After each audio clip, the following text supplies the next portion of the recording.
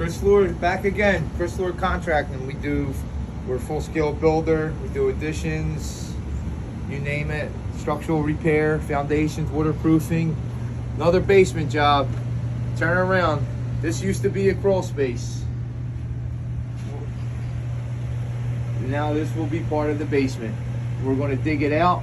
We're going to have finished height 7'6" ceiling. Look at the big massive footing that was poured for the existing. This used to be a crawl space that was about to the right where this light is. That's where the floor used to be. And now, if you look at the corner, we're getting ready to pour concrete today, waiting on the pump. That's all the way at the bottom of there, where the new floor is going to be. And one bucket at a time, out the window. This is going to be a whole finished basement. We're going to dig this all out, move all the mechanicals over, move the hot water heater to this corner here, frame it up, put our waterproofing, pressure relief system in, frame it up, electrical, plumbing, insulation, drywall, put some Cortec flooring down here, and that's it. Oh, we're probably gonna have to we want to put new stairs in, because once we drop the floor, you don't add a step on. That's the cheap way to do it. You can't add a step to a set of stairs. You have to order a whole new set. So your stringers, which is your support for your steps, these are your stringers right here. They have to go from the top to the bottom. You cannot add a piece to it. That's dangerous, won't work.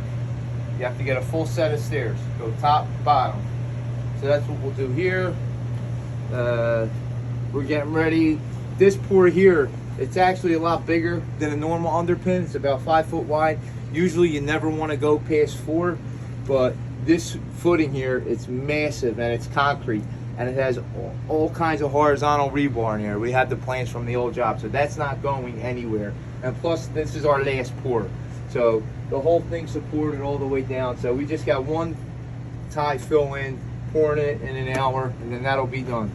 The dark stuff on top of the concrete, that's grout. That's structural grout. There's different kinds. There's grout. There's all kinds of different grout that you can use, but for underpinning, you have to use structural grout that can take the weight load of whatever is going to be resting on it. Now, you have to use grout because obviously when you pour these underpins, you cannot pour concrete evenly to the bottom. It's impossible.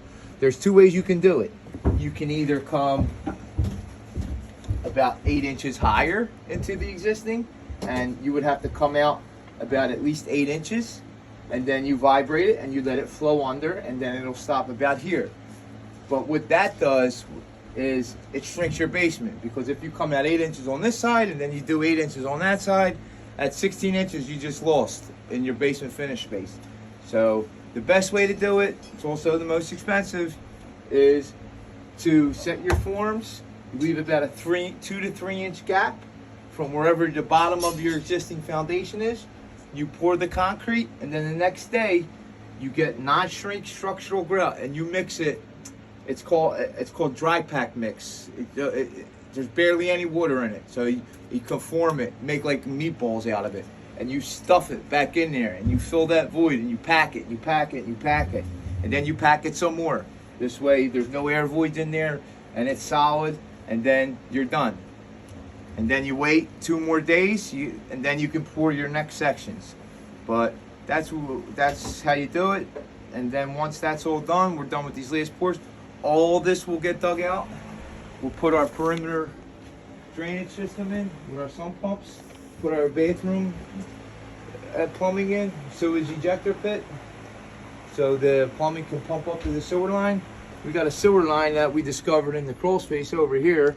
That's all kinds of pipes, but all that's going to be cut out, replaced, new PVC.